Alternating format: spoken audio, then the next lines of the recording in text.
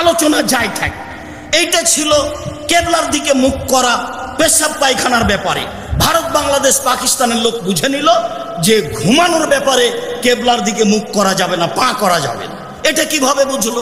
রাসূল সাল্লাল্লাহু আলাইহি ওয়াসাল্লাম বলছেন ঘুমানোর সুন্নাত হচ্ছে ডান কাতে গালের নিচে হাত রেখে দোয়া পড়ে ঘুমাতে হবে।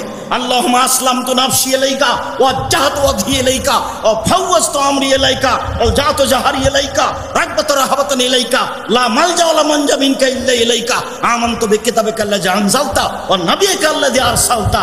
এই দোয়া পড়ে ডান কাতে ঘুমিয়ে যেতেন। পা কোন দিকে যাচ্ছে, কোন দিকে থাকছে, এই বিবেচনা মুহাম্মদ সাল্লাল্লাহু আলাইহি ওয়াসাল্লাম আমাদের সামনে পেশ করেননি। ভারত বাংলাদেশ পাকিস্তানের লোক বুঝলো, অবাক কথা, কেবলার দিকে পা করে কি শোয়া যায়? আমি নাটোরে এক জায়গাতে প্রোগ্রামে গেছিলাম, আনুমানিক 10 থেকে 12 বছর আগের ঘটনা। দুইজন লোক এসেছে বক্তব্য শুনতে, আমার সাথে সাক্ষাৎ করছে। আমি কেবলার দিকে পা করে শুয়ে আছি। আসলে আমি যে খেয়াল করে শুয়ে আছি তা নয়, এমনি শুয়ে আছি। এসে বলছে বক্তব্য কি শুনবো? বক্তা তো কেবলার দিকে পা করে শুয়ে আছে। ধর্ম কেমন হয়ে আছে? মানুষ যেটা জানে সেটাই ধর্ম। রাসূল সাল্লাল্লাহু আলাইহি ওয়াসাল্লামের কথা কেউ তলিয়ে দেখলো না।